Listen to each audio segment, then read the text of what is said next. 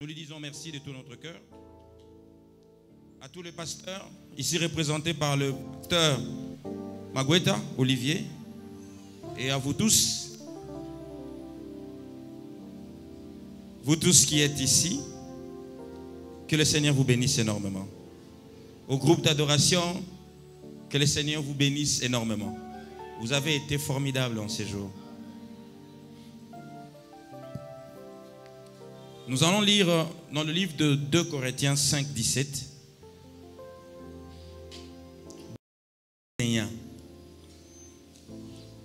2 Corinthiens 5, 17 à 21. Je lis la parole du Seigneur. La parole de Dieu déclare: si quelqu'un est en Christ, il est une nouvelle créature. Les choses anciennes sont passées. Voici, toutes choses sont devenues nouvelles. Et tout cela vient de Dieu, qui nous a réconciliés avec lui par Christ et qui nous a donné le service de la réconciliation. Car Dieu était en Christ, réconciliant le monde avec lui-même, sans tenir compte aux hommes de leurs fautes. Il a mis en nous la parole de la réconciliation. Nous sommes donc ambassadeurs pour Christ, comme si Dieu exhortait par nous. Nous vous en supplions au nom de Christ, soyez réconciliés avec Dieu. Et j'insiste sur le verset 21. Celui qui n'a point connu de péché, il a fait devenir péché pour nous, afin que nous devenions en lui justice de Dieu. Amen. Acclamons la parole du Seigneur.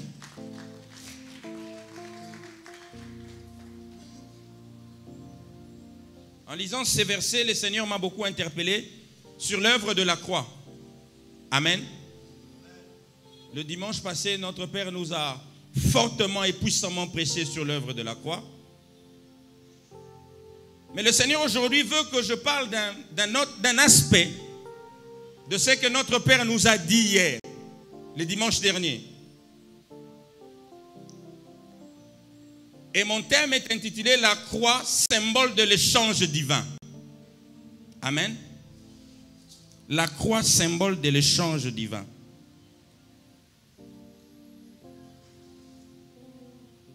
Vous savez, bien aimé dans le Seigneur, Dieu, quand il a créé le monde, il a voulu que l'homme soit son fils qui règne dans ces mondes visibles, mais au travers de lui, c'est-à-dire par son esprit. Amen. De telle sorte que la nature a été programmée à se soumettre au Fils de Dieu. Vous allez lire dans le livre de Genèse 2, chapitre 19, où vous allez voir que les animaux ont été amenés vers l'homme pour que l'homme le nommât. Amen. Et donc la nature a été programmée à se soumettre au Fils de Dieu.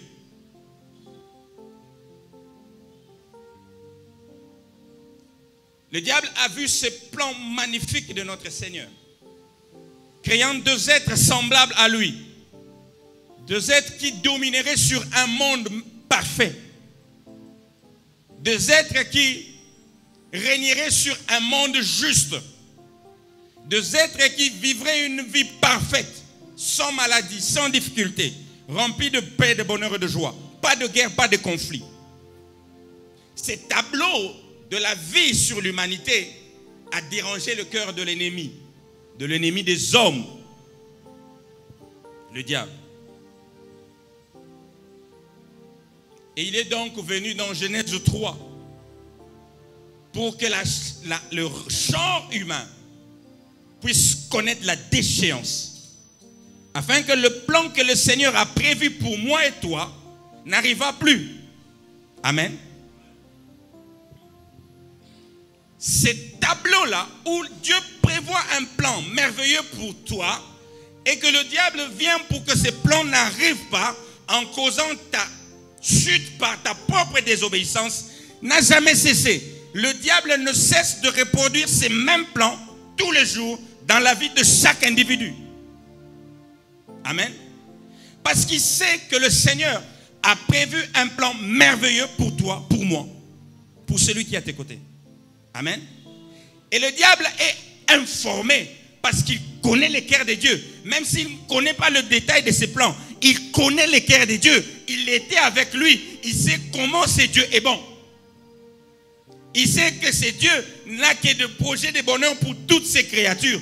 En particulier pour cette créature qui lui est semblable. Imaginez. Nous sommes ses fils. Et le diable est donc venu causer la chute de l'homme. Genèse 3 parle de cette chute. Par la désobéissance. Notre daddy nous a suffisamment parlé le jeudi. La désobéissance. Qui relève de l'orgueil du genre humain.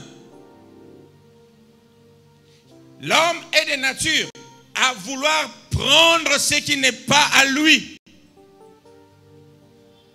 Le diable vient voir Adam, il dit, tu es homme, mais tu peux devenir comme lui, Dieu. Tu peux devenir Dieu. Si tu manges au fruit de cet arbre, tu deviendras comme lui.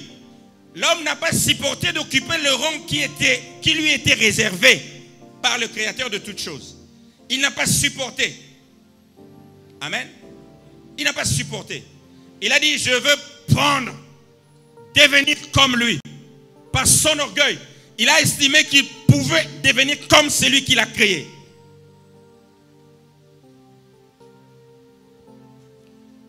Et ça a causé sa chute. Mais regardez Paul, il dit, dans le livre de Philippiens, il dit, regardez le comportement de Christ. Lui qui avait le rang qui l'égalait à Dieu. Il avait le même rang que Dieu. Mais il n'a pas regardé ses rangs comme une proie à arracher. Il s'est humilié, se rendant obéissant. Obéissant jusqu'où? Obéissant jusqu'à la mort. Et pas n'importe quelle mort. Jusqu'à la mort de la croix. Par obéissance. Et donc, Christ devient le modèle qui puisse remplacer l'homme qui a failli. Adam voulait prendre la place de Dieu. Christ a refusé de prendre la place de Dieu. Il est devenu obéissant. Il s'est humilié. Il est devenu serviteur. Alors qu'il était Dieu.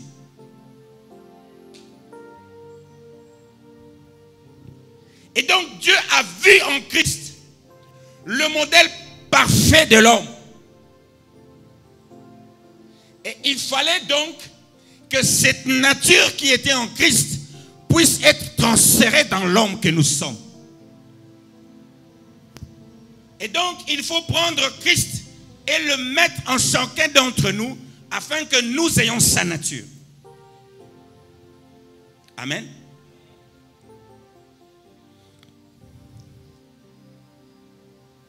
Beaucoup d'hommes ont essayé d'être obéissants à Dieu dans l'Ancien Testament.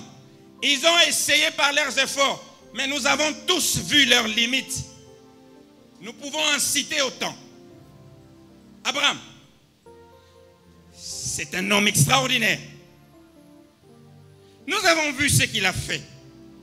Nous avons vu jusqu'où il a été obéissant. Mais nous avons vu que pour de petites choses, il a désobéi à Dieu. Quand Dieu lui dit, ne quitte pas, reste là, il se déplace. Quand Dieu lui dit, fais les sacrifices, sépare tout en deux, il désobéit. Père de la foi. Mais il a failli. Nous avons vu Moïse. Oh, cet homme grand. Cet homme si puissant. Capable de séparer la mer en deux et que le sol soit sec. Nous avons vu cet homme, Moïse, dont la parole était si puissante qu'il lui suffisait de parler au rocher, de frapper le rocher pour que l'eau en sorte. Mais cet homme n'a pas été obéissant jusqu'au bout. Et donc, il ne pouvait pas être le symbole de Dieu pour les changes de nature. Parce qu'en Moïse aussi, il y avait la désobéissance. Il ne pouvait pas. Nous avons vu Élie, cet homme si puissant dont la puissance, même quand il n'a pas écrit ses propres livres, mais les autres ont écrit de sa puissance tellement qu'il était puissant. Mais Dieu n'a pas trouvé en Élie le modèle qui pouvait changer sa nature avec l'homme. Parce qu'en Élie, il y avait un peu d'orgueil. Il pensait qu'il était le seul. Il pensait comme ça. Il dit, je suis resté le seul. Oh, Élie, tu n'es pas seul, prétentieux. Tu n'es pas seul. Beaucoup d'autres sont venus après. Beaucoup de grands noms que vous connaissez dans l'Ancien Testament. Mais ils ne pouvaient pas être ces modèles que Dieu allait aimer pour placer en nous, afin que nous devenions comme lui. Maintenant, la Bible vient dire dans le livre de 2 Corinthiens que nous venons de lire,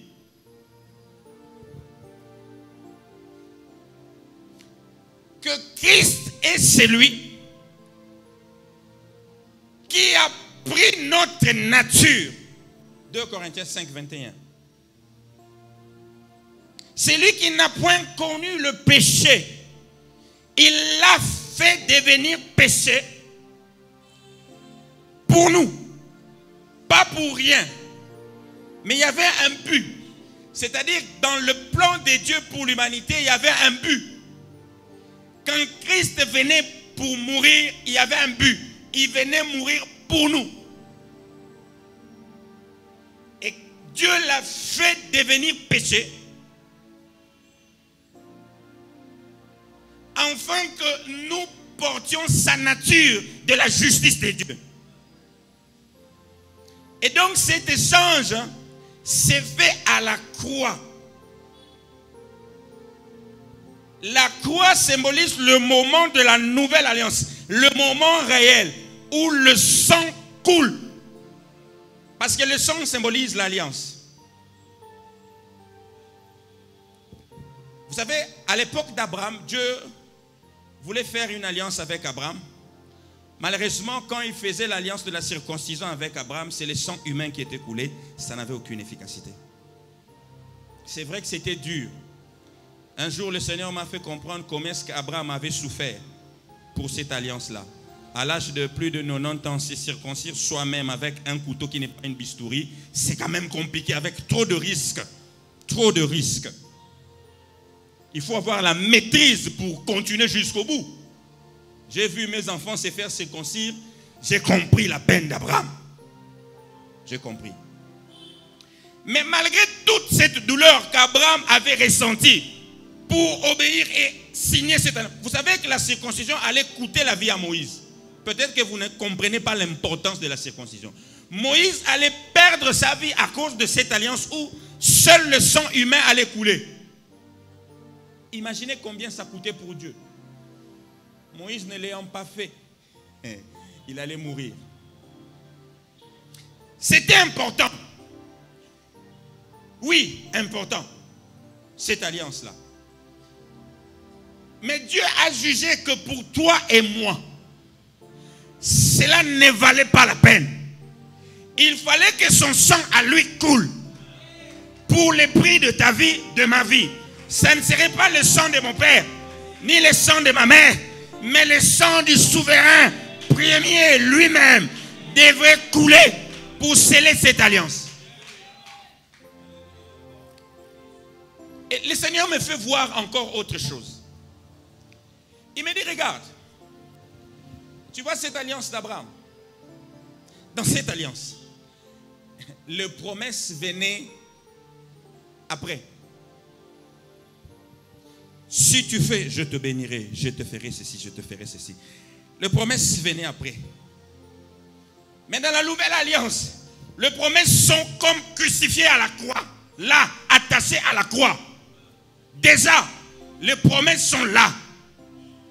Il dit à la croix, il a déjà pris tes péchés. Alors que tu n'as pas encore signé l'alliance. Alors que tu n'es pas encore entré dans l'alliance. Il a déjà pris tous tes péchés et il l'a porté à la croix. À la croix. Il a déjà pris tous tes fardeaux et il l'a déjà porté à la croix. Et donc celui qui entre dans cette alliance, toute sa compréhension de la foi chrétienne change. Il sait que quand il confesse ses péchés, ce n'est pas pour recevoir le pardon, c'est parce qu'il a déjà reçu le pardon. Il sait que quand il fait ses offrandes, c'est des offrandes d'action de grâce, parce qu'il a déjà reçu. Ah, j'ai aimé l'illustration de Daddy le jeudi. C'est-à-dire que quelqu'un qui a déjà reçu de Dieu, et Dieu te dit, donne ce que tu as reçu de moi. Vous n'étiez pas là le jeudi, je comprends. Amen. Daddy nous a illustré la problématique qui existe en matière de dîmes, d'offrandes. C'était l'illustration de la bouteille d'eau. Permettez-moi, Daddy, de copier votre illustration. C'est Dieu qui a cette bouteille. Yaya, viens. Elle a tellement soif, elle ne sait pas où aller. Amen. Moi, j'ai déjà toute l'eau pour sa vie, j'en ai. Dieu a toute l'eau dont elle a besoin. Elle n'a rien. Elle vient vers Dieu. Et Dieu dit, c'est à toi. Mais donne-moi seulement un bouchon. Tu vois là où ça devient compliqué? Vous voyez là où ça devient compliqué? Elle pense que c'est à elle. Amen. Elle pense que c'est à elle. Et elle commence à mettre tous ses calculs de toutes les difficultés de sa vie dans cette bouteille-là. Ma tante a soif. Mon cousin, ton cousin a fait quoi pour toi? Ta tante là, elle a fait quoi dans cette affaire-là? Mais moi-même, j'ai la... Ta dette là, qu'est-ce qu'elle a fait ici? Ta dette là, qu'est-ce que ça a ajouté dans cette bouteille-là? Pour que tu aies cette bouteille-là. Ça a fait quoi? Pour que tu dises, j'ai ma dette, je paye d'abord la dette, la dîme, ça doit attendre encore. C'est qu'est-ce que ta dette là a fait pour toi? Tu vois, mon papa, c'est mon premier salaire, je donne toi. Ton papa, il était où quand tu avais besoin d'eau? Ton papa là, il était où? Je n'ai rien contre les papas. Moi-même, je suis papa. Mais je dirais à mon fils, est-ce que tu as donné à Dieu? Ne me crée pas des problèmes de préséance. Vous créez à des gens des problèmes de préséance. Hein? Beaucoup de problèmes sont créés à cause de ça. Dieu regarde et dit, mais qu'est-ce qui se passe? Est-ce que cet homme, cette fille comprend que tout ce qu'elle a, c'est moi qui lui ai donné? Qu'est-ce que vous avez que vous n'avez point reçu de Dieu? Qu'est-ce que vous avez que vous n'avez point reçu de Dieu? Quand Dieu parle ainsi avec toute assurance, parce qu'il sait ce qu'il a fait pour nous à la croix, il le sait. À la croix, merci. Il a porté toutes nos humiliations. Il a porté à la croix toutes nos humiliations. Il a porté les humiliations, pourquoi? Pour que toi, ta vie soit exemptée d'humiliation. La double imposition n'existe pas. Tous les pays du monde se sont accordés qu'on ne peut pas sanctionner une personne deux fois pour la même faute. La faute que tu as commise, il y a quelqu'un qui a payé le prix pour ça. Le prix de l'humiliation, le prix de la condamnation. Il a déjà payé le prix pour ça. Tu ne peux plus payer le même prix parce que vous vous êtes échangés. À la croix, il a pris ta place. On ne paye pas. Il a pris ta place à la croix. Il n'y a qu'un seul endroit où quelqu'un a payé pour l'humanité le prix. Il n'y a pas deux endroits. Ce n'est pas à Mecque. Ce n'est pas chez Bouddha. Ce n'est pas en Kamba qu'on a payé le prix pour la vie des hommes. C'est à la croix à Golgotha. C'est le seul endroit. Et il n'y a qu'une seule personne qui a payé ce prix. Car plusieurs sont aussi morts à la croix à Golgotha. Mais il y a une personne parmi tous ceux qui ont été crucifiés à la croix à Golgotha. Son nom, c'est Jésus. C'est écrit dans la Bible. C'est Jésus. Le seul qui a payé pour nous le prix. Pour que nous ayons notre nature changée. C'est comme ça que 2 Corinthiens 5, 17 dit, si quelqu'un est en Christ, il est devenu une nouvelle créature. À la nouvelle créature, on ne réclame plus les fautes de l'ancienne créature. Parce qu'ils ne sont pas censés se connaître. Les choses anciennes sont passées. La nouvelle créature ne connaît pas l'ancienne créature. Bien qu'ils aient... Regardez, il y a des gens certainement qui occupaient cet endroit avant nous. Mais qu'est-ce qu'il y a entre nous et eux?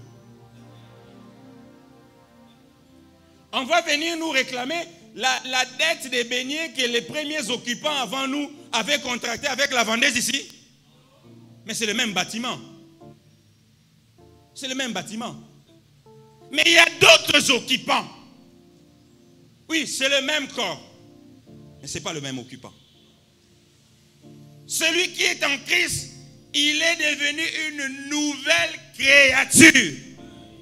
Les choses anciennes du même corps sont passées parce que le monde des esprits sait qui est auteur de ces choses.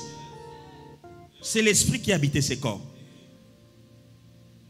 Et la nouvelle créature vient de Dieu et vient remplacer l'ancienne créature dans le même corps. Maintenant, regardez la ruse du diable. C'est de faire croire au nouvel occupant que le dette de l'ancien occupant lui incombe. Et malheureusement, il y a parmi les nouveaux occupants qui acceptent de prendre en charge le dette des anciens occupants. Comment tu peux prendre? Dis, c'est quoi cette affaire? Comment tu peux accepter une dette que toi, nouvelle créature, tu n'as pas contractée? Comment tu peux accepter d'être assujetti par la législation qui assujettissait l'ancien occupant? Il n'y a plus rien entre toi et l'ancien occupant. Plus de condamnation. Il était condamné, c'est son affaire. Celui qui habite ce corps, c'est un nouvel homme qui n'a pas de condamnation. Un nouvel homme qui n'a rien à voir avec le ténèbre. Un nouvel homme en qui le diable ne peut rien réclamer. C'est un nouvel homme. Et tout ça est possible. Tout ça est possible grâce à la croix. Sans la croix, rien de tout ce que je dis n'est possible. L'ancien occupant va habiter ce même corps jusqu'à la condamnation dernière, jusqu'au jugement dernier. Sans la croix, l'ancien occupant va habiter le même corps et amener ce corps tout droit vers l'enfer. Quand on vous pose la question, est-ce que tous ces bouddhistes iront en enfer? Je m'en fous que ça choque le monde. Ils iront en enfer. Il n'y a de salut en aucun autre nom. Quand on vous pose la question, mais tous ces milliards de musulmans iront-ils en enfer? Je m'en fous. Ils iront tous en enfer parce qu'il n'y a de salut en aucun autre nom. Et le monde doit l'entendre. Le monde doit le savoir. Qu'il n'y a de salut qu'en Jésus-Christ. Et Jésus-Christ crucifié, lui seul, Jésus-Christ crucifié. Il n'y a de salut en aucun autre nom.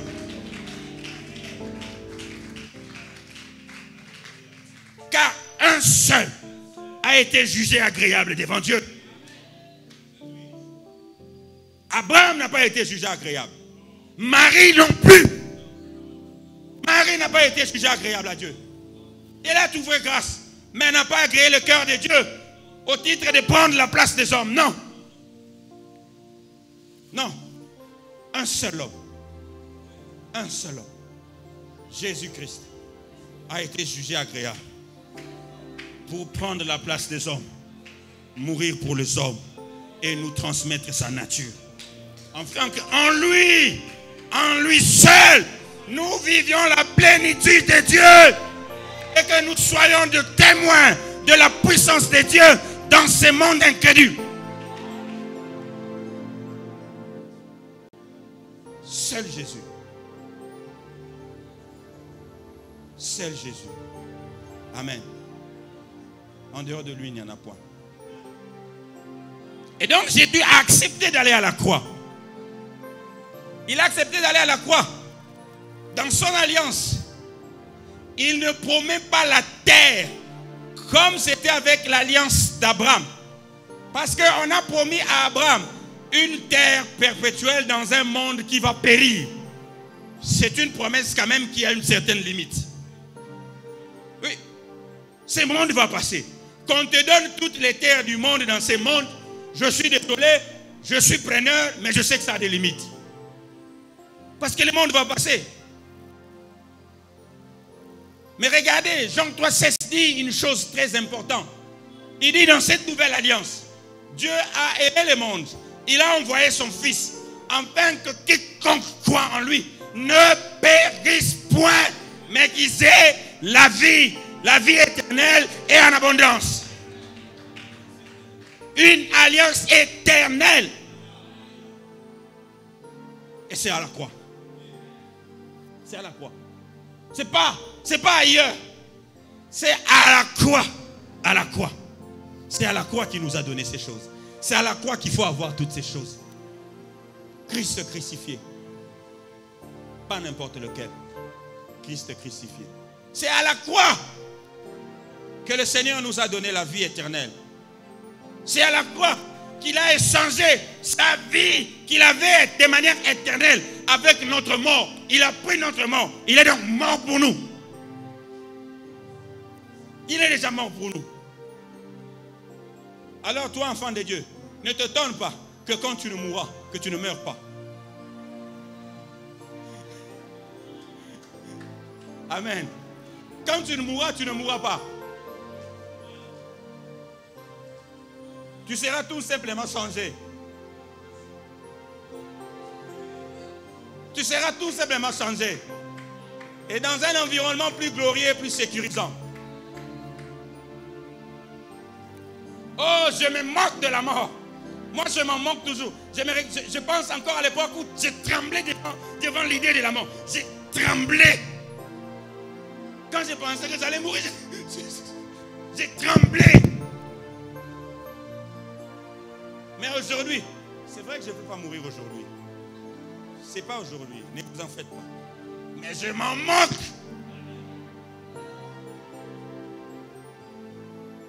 Parce que de toutes les façons, nous tous ici, nous allons mourir. Chacun en son temps. Vous tous ici, ce n'est pas aujourd'hui. Parce que la vie inonde ces lieux. La vie de Dieu inonde ces lieux. Amen. Ce n'est pas aujourd'hui. Nous allons vivre longtemps, mais quand même, nous allons partir. Ça, il faut le savoir. Amen. Mais nous allons partir pied dans le sabot, comme on dit, assurance dans le cœur. Le cœur ne tremblant pas parce que nous savons que de l'autre côté, il nous attend. La traversée sera heureuse.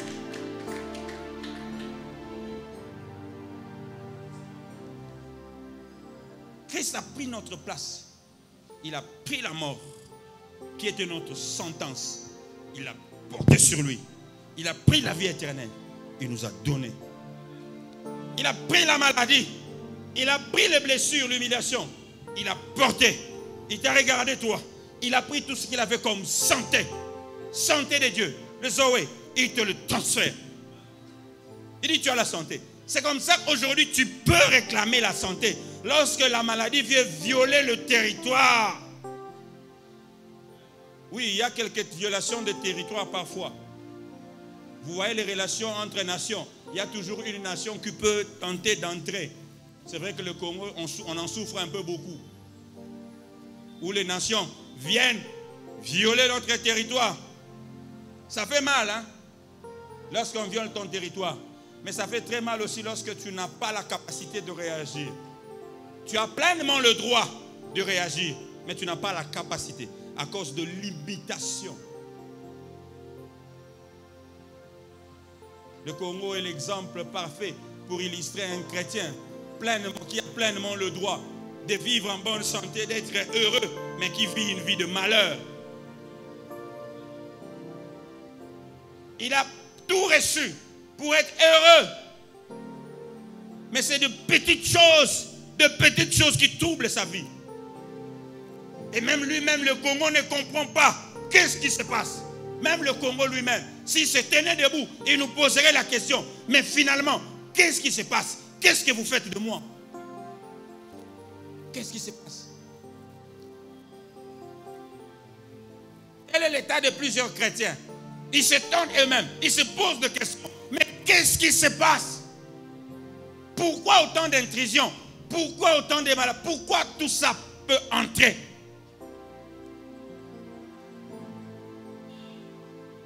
Alors que à la croix, il a tout fait pour nous. Il a même dit, tout est accompli. Oh, j'ai aimé quand Notre-Dame a insisté sur ça. La seule fois où le Seigneur le dise, c'est à la croix. Il dit, tout est accompli. Et pourtant, il a guéri plusieurs lépreux totalement avant, mais il n'a jamais dit tout était accompli. Mais c'est lorsqu'il se donne lui-même. Il dit tout est accompli. Maintenant, c'est à toi la responsabilité de vivre cette vie que Dieu a prévue pour vous. Amen. Dans chaque domaine, il faut que le diable cherche par où entrer dans ta vie et qu'il n'en trouve point. Qu'il vienne par la porte de la maladie pour déstabiliser votre vie, qu'il ne trouve point de porte ouverte. Qu'il vienne par les finances pour détruire votre vie, qu'il ne trouve point de porte ouverte.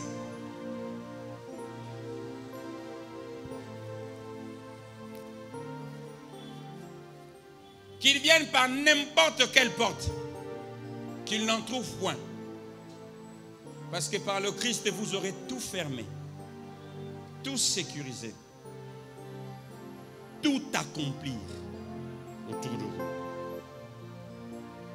De sorte que le diable se dise, est-ce pas le Christ qui est encore revenu?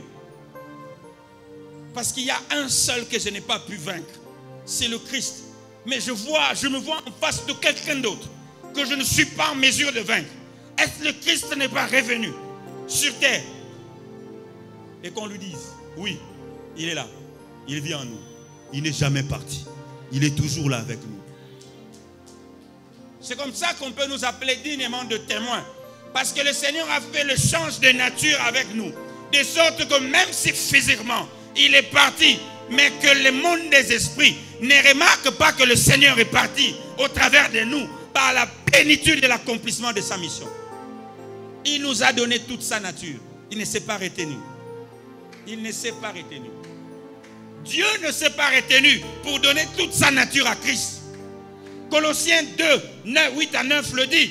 Il avait en lui corporellement toute la plénitude de Dieu. Dieu ne s'est pas retenu. Christ non plus ne s'est pas retenu. Quand il a transféré sa nature, il nous a transféré toute sa nature pleinement. De sorte que en lui, nous accomplissions toutes les œuvres de Christ. Il a même dit, vous ferez des œuvres plus grandes que miennes.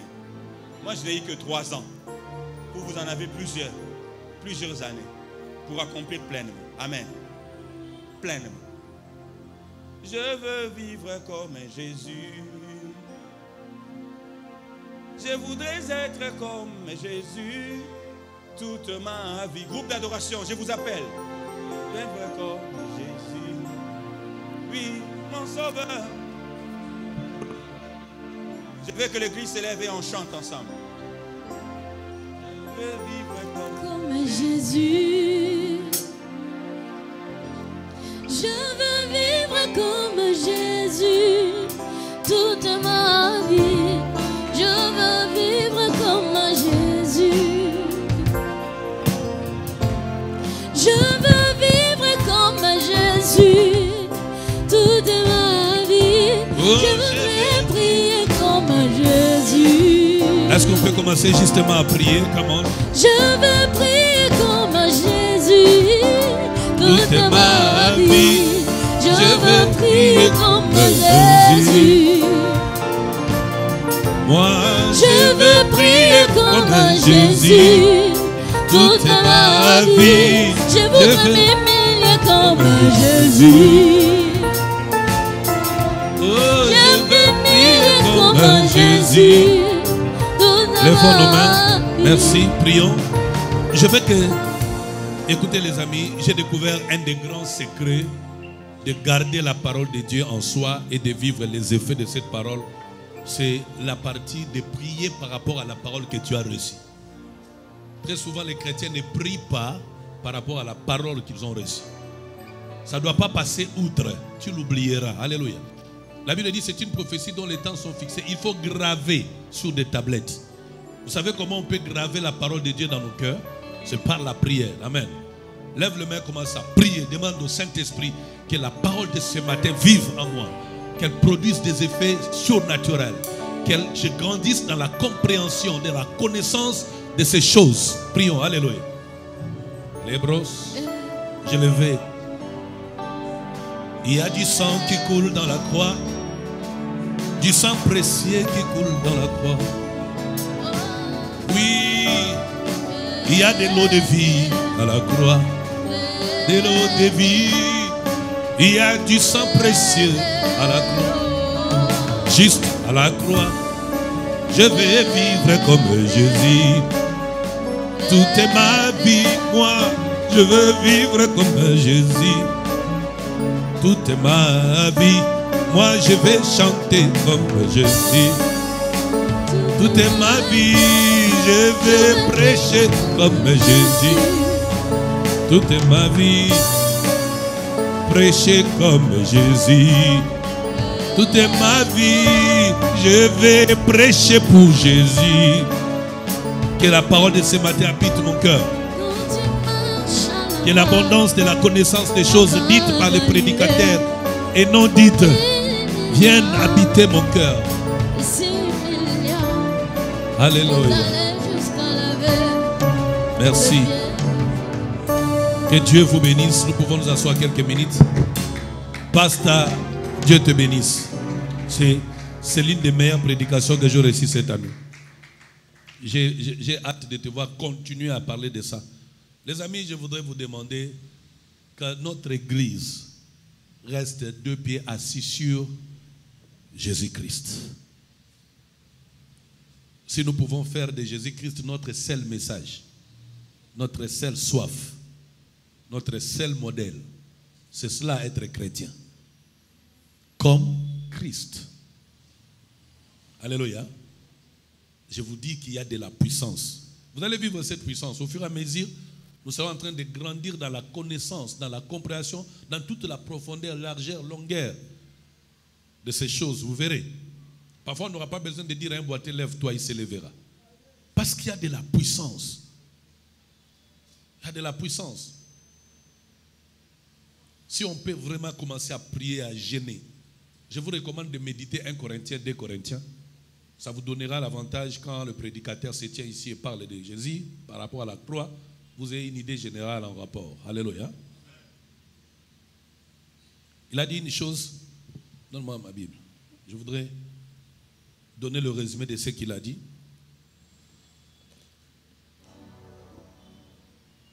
La Bible dit dans 2 Corinthiens chapitre 6 verset 2. Écoutez ce qu'il est écrit. Car il dit, au temps favorable j'étais exaucé, au jour du salut j'étais secouru. Voici maintenant le temps favorable. Voici maintenant le jour du salut. Donc l'œuvre de la croix, c'est ça le temps favorable. C'est ça le jour du salut. À partir de cette œuvre, Dieu nous a exaucés. Dieu n'invente plus rien, il ne crée plus rien. Tout est là. Et le temps favorable, nous y sommes. Tous ceux qui sont en Christ, ils sont dans le temps favorable. C'est ça la grâce. Dans ma publication hier, j'étais en train de poser une question. Savez-vous pourquoi Jésus-Christ n'est pas le fils de Joseph, biologiquement parlant? Le ciel s'est arrangé que Jésus ne soit pas né d'un homme et d'une femme, par la force d'un homme. Savez-vous pourquoi? La deuxième question que j'ai posée, savez-vous pourquoi Jésus-Christ ne s'est jamais marié physiquement, il n'a pas eu des enfants? Vous savez pourquoi? Pour éviter que ce qui s'est passé au Bas-Congo dernièrement arrive après Jésus. Parce que vous voyez qu'Imbangu était un prophète, mais ses enfants sont devenus plus grands que lui, Dieu. Donc c'est comme un manguier qui donne naissance maintenant, comment je vais dire, au pastèque.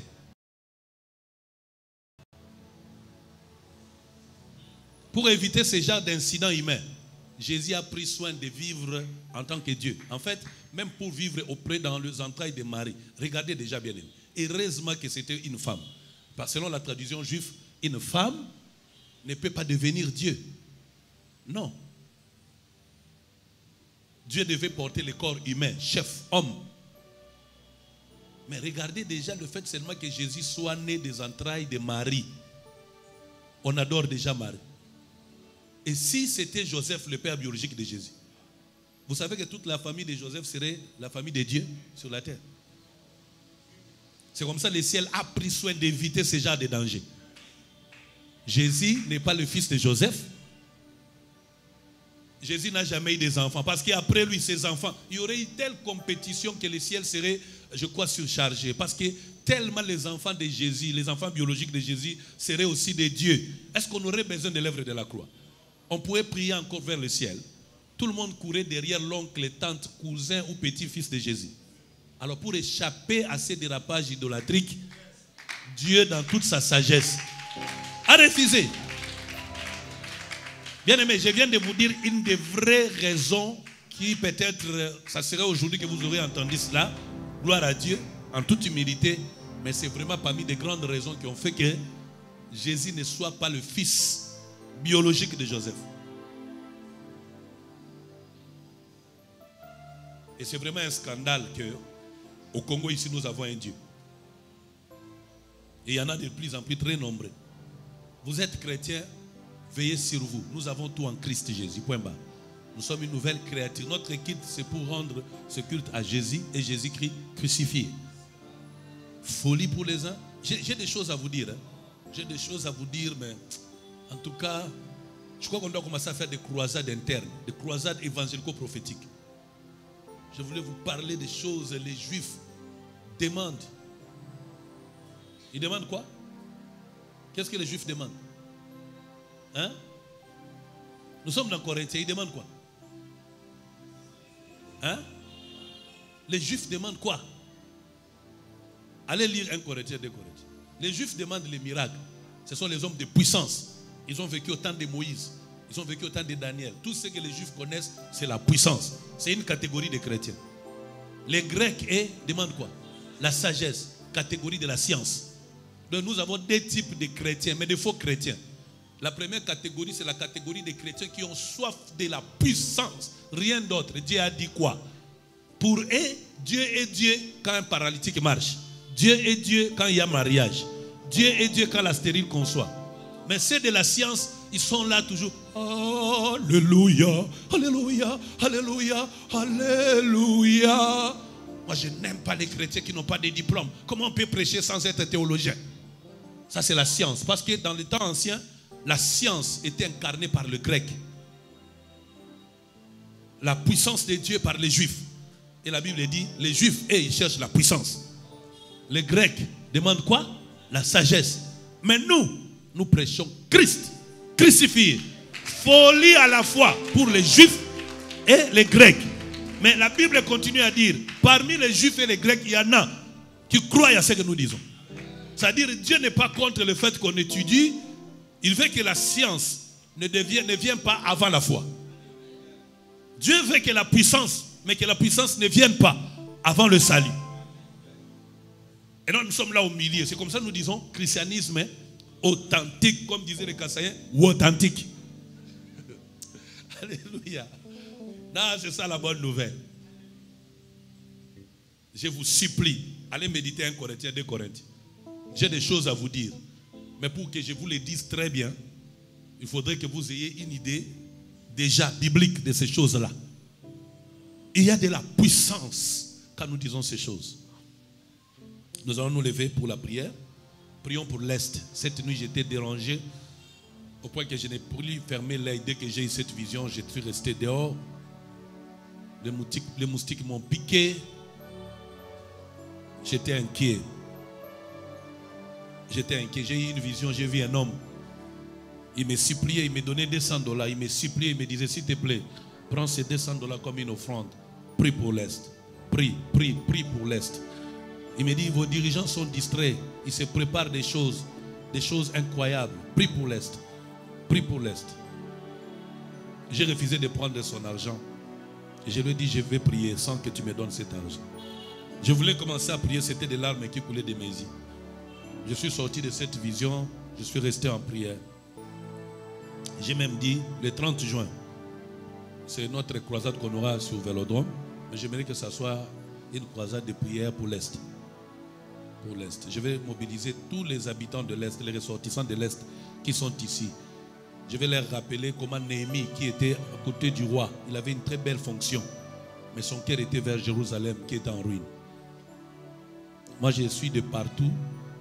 Mais ce que j'ai vu cette nuit m'a beaucoup secoué. Je veux qu'on lève le main, qu'on prie pour l'Est de notre pays. Il se prépare, je dois vraiment vous dire, il se prépare une grande guerre là-bas à l'Est. Ce départ dont vous parlez de la MONUSCO, ce départ risque de laisser place à une guerre qui ne dira pas son nom. Parce qu'en fait, les enjeux sont beaucoup plus commerciaux. Des intérêts occidentaux. Prions, prions, prions, prions. Oh Dieu de toute grâce.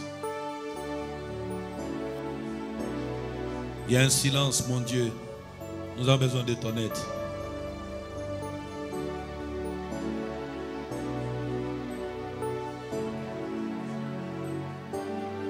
Je l'ai vu de mes yeux, des hommes et des femmes qui sont morts de l'autre côté, des innocents qui perdent la vie nuit et jour à cause de la soif, de la cupidité des hommes, à cause de l'orgueil des hommes, mon Dieu.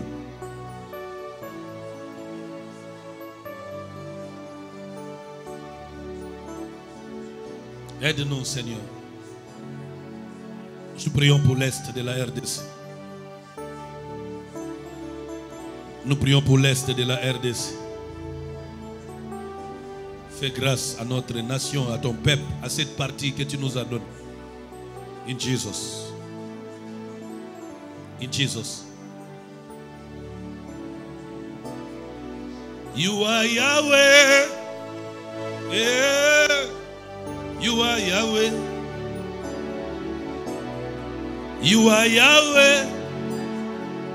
Yeah. You are Yahweh. You are Yahweh. Étends ta main vers l'est de mon pays. Fais taire le bruit de guerre, mon Dieu. Une guerre injuste. Des hommes, des femmes assoiffés de l'injustice, de la cupidité, de la trahison. Répands ta grâce, mon Dieu. In Jesus. Je veux que tu pries pour ta vie spirituelle. Où es-tu aujourd'hui? D'où viens-tu et où vas-tu? La Bible dit quand le Fils de l'homme reviendra, trouveras-tu la foi sur la terre? Je voudrais que cette question te revienne. Es-tu né de nouveau? Marches-tu avec le Seigneur? Quelle est ta relation avec Dieu? Ta communion avec Dieu? Il est possible que tu sortes de tes faiblesses. J'ai aimé cette bonne nouvelle. Rien ne te condamne dans ces messages. Jésus ne vient pas nous condamner, au contraire. Il vient nous fortifier, nous relever. Dieu nous aime tant. Je veux que tu pries pour ta vie, ta foi chrétienne. Tu pries pour ta vie chrétienne. Tu pries pour ta vie chrétienne. Que tu te relèves des ruines anciennes. Que tu te relèves des ruines anciennes. Que tu te relèves encore et encore. Que tu deviennes fort encore et encore. Que tu détaches la faiblesse de ton cœur. Que tu marches encore de nouveau avec Dieu. Sans Dieu, tu n'existes pas. Avec Dieu, tu feras des exploits. Dieu ne t'interdit pas de crier à lui. Qui peut prier le secours auprès de notre Seigneur? Jésus. Jésus, tu es mon sauveur, car je sais que tu es mort pour moi. En ces temps difficiles, nous te prions pour nous encadrer. Seigneur, dans les lieux très hauts, ton amour qui dit jour ou nuit, sois toujours près de nous pour nous éloigner de Satan d'enfer. Bien-aimé, je connais des jours de faiblesse, mais j'ai prié pour que Dieu me secoue de cela. L'une des choses que tu manques, c'est de prier par rapport à tes faiblesses. Demande au Saint-Esprit de te secourir, de te relever. Prie, prie. Seigneur, dans les lieux très hauts. Prie, prie, prie. Quand ton amour qui toujours est grand soit toujours près de nous pour nous éloigner de Satan d'enfer. Jésus, tu reviendras pour nous prendre un jour, je sais. Dans ton amour, tu nous combleras de tes richesses. Mais on peut aussi t'aider. En ce jour de gloire, parce que Dieu t'aime et te connaît. en ce jour de fête, Yes, prions, prions. tous les frères de Jésus seront heureux pour toujours. Yes, qui peut prier? Jésus, tu es Écoutez-moi. mon sauveur. Écoutez, je vais vous livrer un secret. Il y a des moments où je me suis retrouvé dans des faiblesses énormes. Hein. Devant ces faiblesses-là, j'ai quand même eu le courage, humblement, de continuer à demander à Dieu de me relever de ces faiblesses. Ce qui est bizarre, au début, ces faiblesses se maintenaient. Mais comme j'avais foi que Dieu est tout-puissant et plein d'amour, je n'ai pas cessé de prier jusqu'à ce que l'amour de Dieu se répande sur moi et que je me rende seulement compte que ce qui me retenait s'était évanoui. L'une des choses qu'il faut faire et que beaucoup de chrétiens ne font pas, c'est de persévérer dans la prière pour sortir de la faiblesse. Et ce n'est pas parce que la faiblesse demeure que la prière que tu fais est faible. Non, au contraire. La Bible dit, Élie a prié pour la première fois. Il n'y avait pas de signe ni de pluie. Mais il n'a point arrêté de prier. Jusqu'à la 7e fois. Prie pour ceux qui te rongent. Prie pour ceux qui te dominent. Prie même quand tu pratiques le péché. Prie contre les péchés. N'aime pas les péchés. Alléluia. Tu seras étonné en un clin d'œil. La puissance de l'esprit t'envahira. Et tu sortiras de cette faiblesse. Ça ne sera qu'une histoire, une expérience. Le problème des chrétiens, beaucoup ne prient pas contre leurs faiblesses. C'est comme ça ils demeurent dans la faiblesse. C'est comme ça ils demeurent dans la faiblesse. Je connais des gens qui étaient ivrognes. Ils buvaient plus de l'eau, ils buvaient que de bière. Mais ils ont commencé en buvant. Ils priaient et pleuraient. J'en connais un. Il habitait Kitambo ici. Il buvait en pleurant. Il dit, je ne veux plus de ça. Seigneur, aide-moi. Il était étonné un jour. Il voulait prendre le verre comme d'habitude. Il a perdu le goût. Depuis, et c'est fini. Je connais beaucoup qui étaient esclaves de la cigarette, les autres de la drogue, de l'impudicité, de la masturbation, de la pornographie, du mensonge, de l'orgueil, de la ruse, de l'hypocrisie, de la trahison. D'autres qui étaient faibles de prière, de méditation biblique, du zèle pour le Seigneur. Mais bien aimé, j'aime Élie. Même dans sa faiblesse, il se garda dans la présence de Dieu. Beaucoup quittent l'église, beaucoup fuient l'église à cause de leurs péchés. C'est faux. On ne fuit pas Dieu. Écoutez, Dieu ne vous condamne. Il pose la question à cette femme. Femme, où sont ceux qui te condamnent? L'église qui commence à condamner les gens est une fausse église. La prédication qui culpabilise les gens est une fausse prédication. La vraie prédication ramène les gens au bas de la croix. Les gens réalisent l'amour, la miséricorde de Dieu, la justice de Dieu. Et ils aiment le Seigneur. Alléluia. Donc ça c'est capital, n'oubliez pas ça. C'est comme ça Jésus dit, venez à moi vous tous qui êtes fatigués, surchargés. Fatigués, surchargés, pas seulement de manque d'argent. Fatigués, surchargés de péchés, de faiblesses qui dominent sur vous. Alléluia. Parce que chaque personne est esclave de ce qui domine sur lui. Chaque personne est esclave de ce qui domine sur lui. N'oubliez pas, vous êtes encore esclave tant que vous êtes dans ces péchés. Or l'esclave n'a pas de droit. Il est sous ordre. L'esclave n'a pas les mêmes bénéfices. Et pourtant, l'œuvre de la croix a changé notre identité. Nous sommes co-héritiers avec Christ. Alors, ne devenez pas esclaves. Ou ne vous rendez pas non plus esclaves. Alléluia. Quelqu'un comprend ça? Nous avons un avocat plutôt auprès du Père. Donc, je vous supplie de prier pour vos faiblesses tout en gardant la foi. Dieu va vous aider. Amen. Levons les mains, je vais prier finalement. Que la maladie quitte ton corps ce matin. In Jesus' mighty name. Que la maladie quitte ton corps ce matin. In Jesus' mighty name. Que tout ce qui a rongé ta vie dans les songes, tout ce qui ronge ta vie dans tes convictions, tout ce qui suscite la perte dans ta vie, que ces choses te quittent au nom de Jésus. Depuis les mois passés, j'ai pris pour une chose, le bonheur et la grâce. Laisse que le bonheur et la grâce t'accompagnent. En quittant ce lieu, que le bonheur, la grâce t'accompagnent. Qu'il y ait des signatures là où il n'y en avait pas. Qu'il y ait d'acceptation là où il y avait rejet, refus. Que Dieu te fasse grâce. Je viens disgracier Satan dans ta vie. Que toutes les grâces sataniques qui s'imposaient en toi soient détruites au nom tout-puissant de Jésus. Que Satan soit totalement disgracié dans ta vie. Que le Saint-Esprit lui-même te conduise au nom de Jésus de Nazareth. Amen. Je vais prier pour le pasteur Yann. Excusez-moi Olivier. On peut s'asseoir, merci. En fait, le pasteur Olivier, je vais aussi prier pour lui, a travaillé depuis le mois de janvier comme pasteur de rotation. Acclamons très fort. Merci pasteur Olivier pour le travail abattu. Et puis, le pasteur Yann prend le relais pour ce même travail-là. Nous louons le Seigneur pour les deux hommes de Dieu. Et nous croyons vraiment que Dieu va le soutenir assez. Je voudrais demander à Saint-Faux, que j'ai vu quelque part. On va prier, oui, vous allez vous agenouiller. Olivier, merci pour le travail abattu. C'était le début, le premier trimestre de l'année. Ça n'a pas été facile, mais tu as tenu. Pasteur Yann, le problème, c'est que le travail de Dieu doit prospérer. L'œuvre de Dieu doit prospérer. Alléluia. Église, prions au nom de Jésus. Père, merci pour l'entrée et sortie. Que ta bénédiction soit sur Olivier, que ton onction ne le quitte point. Père, garde-lui dans l'onction du service.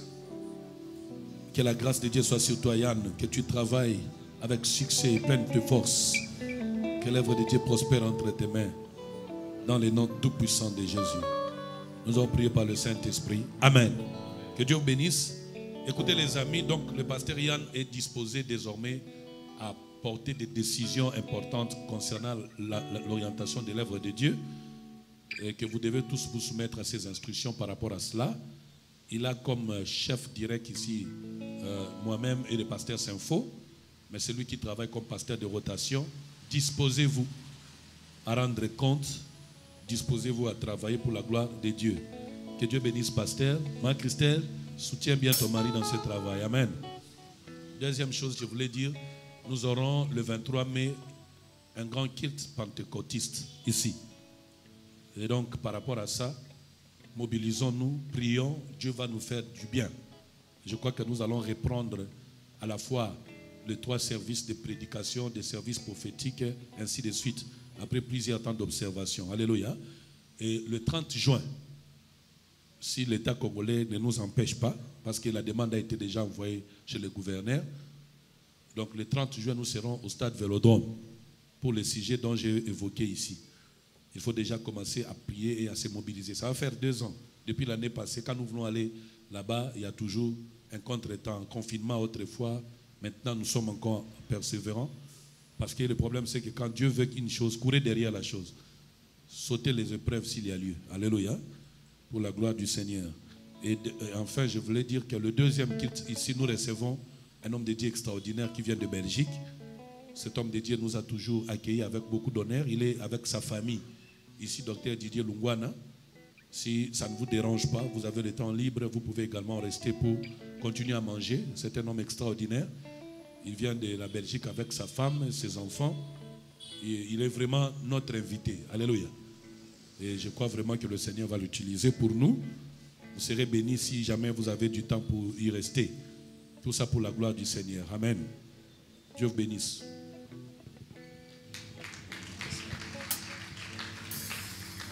Est-ce que tu peux acclamer pour le Seigneur? Je t'avais promis que Dieu va te nourrir et il a fait. Alléluia. Ta foi est nourrie. Est-ce que tu peux acclamer pour ce travail de Dieu dans ta vie? Dieu est en train de faire des choses extraordinaires. Alléluia. Christ en nous, l'espérance de la gloire. Alléluia. Tu vivras la gloire de Dieu. Crois seulement. Alléluia. Ces choses sont si près de nous. Merci Dad, merci Pasteur Yannick. Bien-aimé, c'est le moment des offrandes. Est-ce que tu peux acclamer pour le Seigneur? Bien-aimé, quand j'annonce le moment des offrandes, la première des offrandes, c'est d'abord une offrande d'acclamation. Oui, ce n'est pas en vain qu'on te fait battre les mains. Donne à Dieu l'offrande d'acclamation. Donne à Jésus l'offrande d'acclamation. Otiki Ponanini. Voilà. Toi, tu crois que ton argent est plus important que les acclamations. Chaque chose a sa place. Oui. Alléluia. Est-ce que quelqu'un peut sortir une offrande?